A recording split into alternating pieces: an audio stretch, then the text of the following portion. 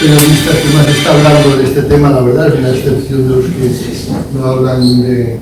Guinea, que sí que habla mucho. No sé qué opinión sobre esto. Bueno, buenas tardes a todos. Lo primero,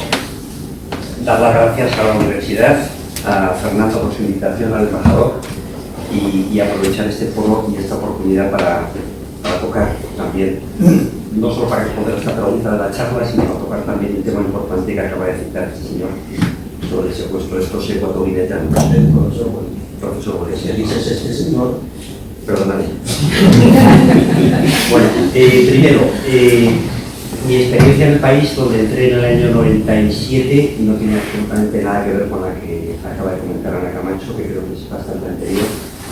He tenido 6 directores distintos en el periódico durante esos años, con total y absoluta libertad para publicar centenares de historias sobre Guinea Ecuatorial. Centenares, no decenas.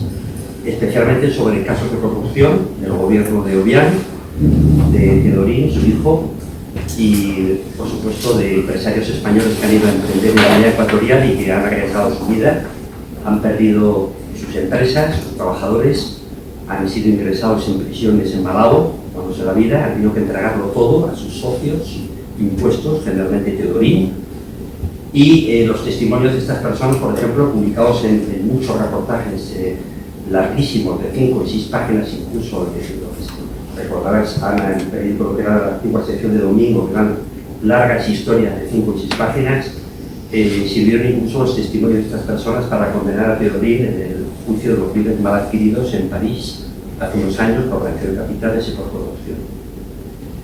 Bueno, dicho esto, sí que es verdad que informamos los periodistas en general en España y el periódico en particular muy poco sobre la Guinea Ecuatorial, deberíamos informar muchísimo más.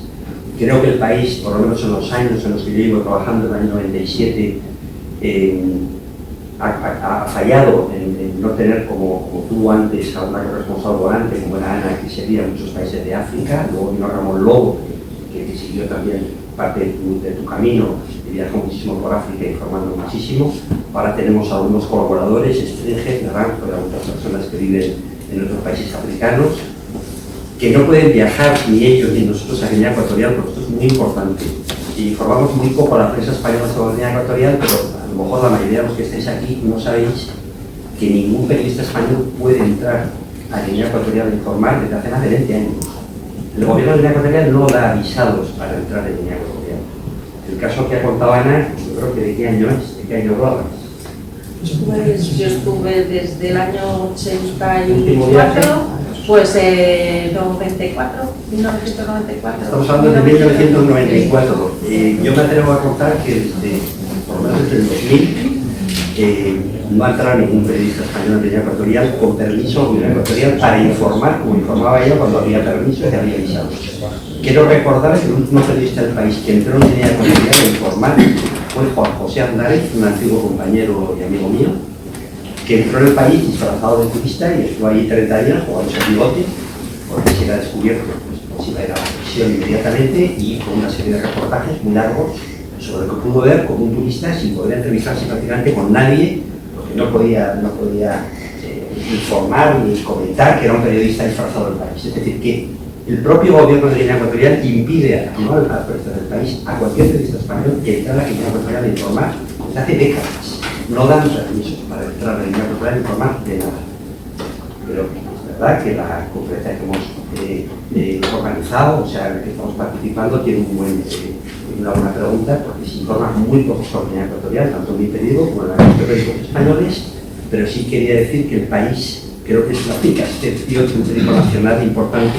que informe sobre lo que ocurre en Guinea Ecuatorial, especialmente sobre lo más grave de Guinea Ecuatorial, desde mi humilde opinión, que es dictador, la dictadura, los derechos humanos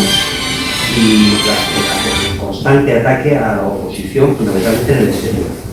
Yo quería aprovechar esta oportunidad precisamente para hablar de esto y hacer lanzar una pregunta que va más allá incluso de la que hacemos sobre esta conferencia.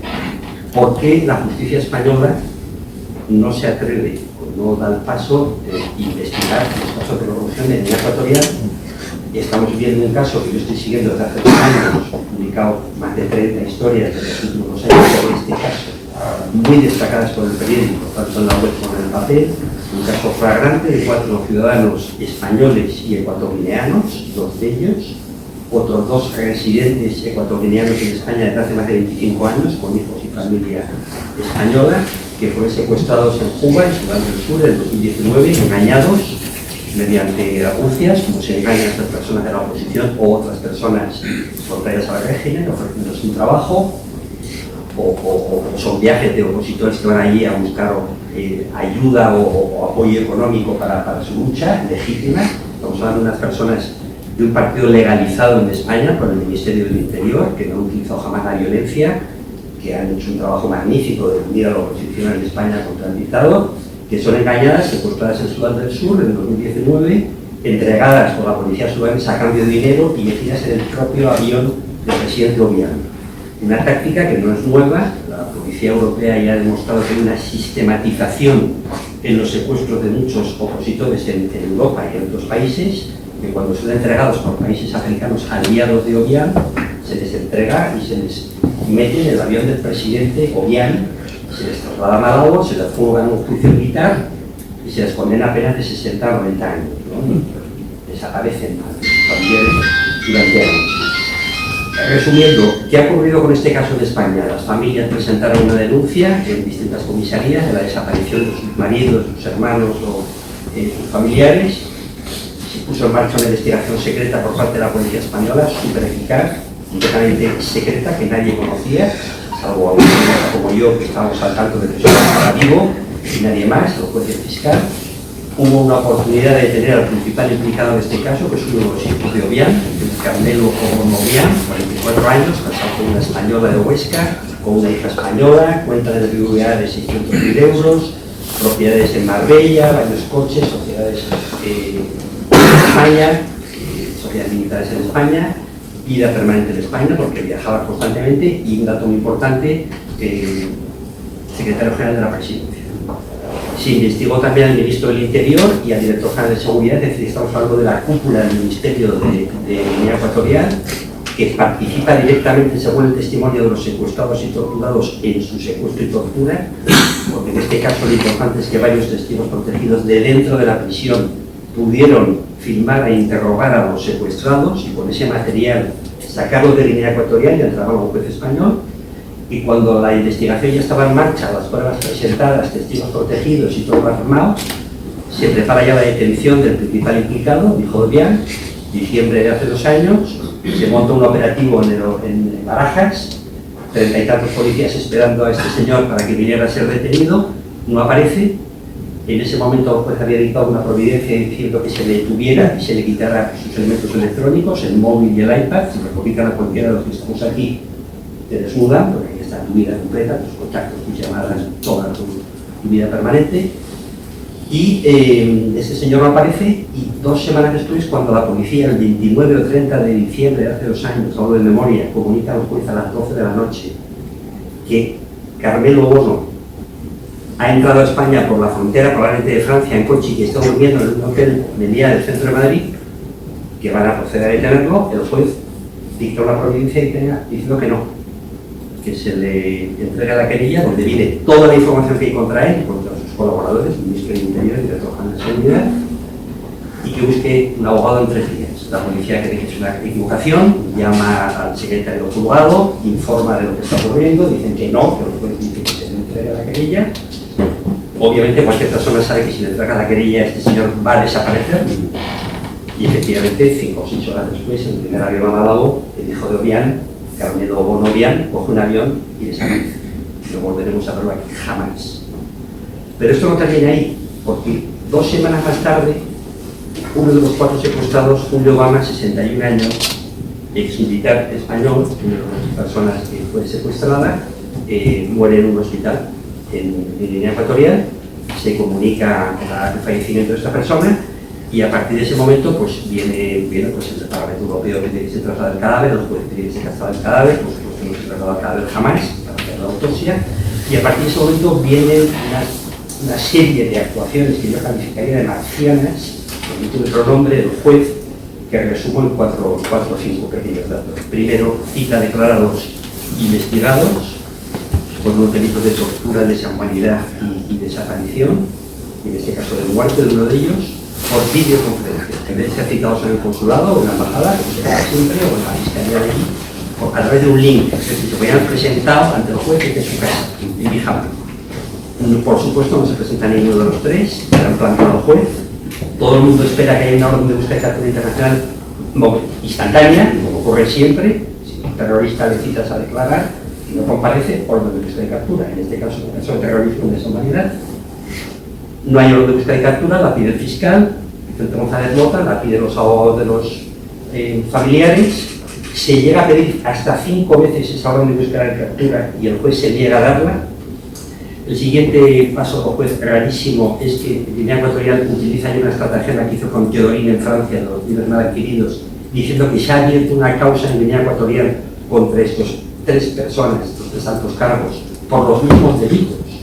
¿Quién puede creer que en Guinea Ecuatorial se haga una causa contra el hijo de el ministro de Interior, el ministro de Seguridad, por delitos de lesa humanidad, desaparición de torturas? Nadie puede creer eso, pero se hace. En Francia se hizo. Los jueces franceses inmediatamente dijeron que no aceptaban eso, que era una trampa, una estrategia. Aquí el juez, después de varios meses, dice que la justicia de Guinea Ecuatorial tiene la suficiente jurisdicción como para jugar este caso y apoya que Guinea Ecuatorial estudie este caso y posteriormente ya, en fin, ya cierra el círculo. Es que el propio juez Pedraz cierra el sumario diciendo que no hay indicios suficientes para acusar a estas personas en España, que no tenemos jurisdicción para juzgarlas y que lo haga ella. Afortunadamente, por encima del juez instructor en la Audiencia Nacional hay una sala de lo penal que vigila el trabajo de los jueces de instrucción. Ha habido 6 o 7 o 8 apelaciones del fiscal y de los abogados de los desaparecidos ante la sala. Las han ganado todas.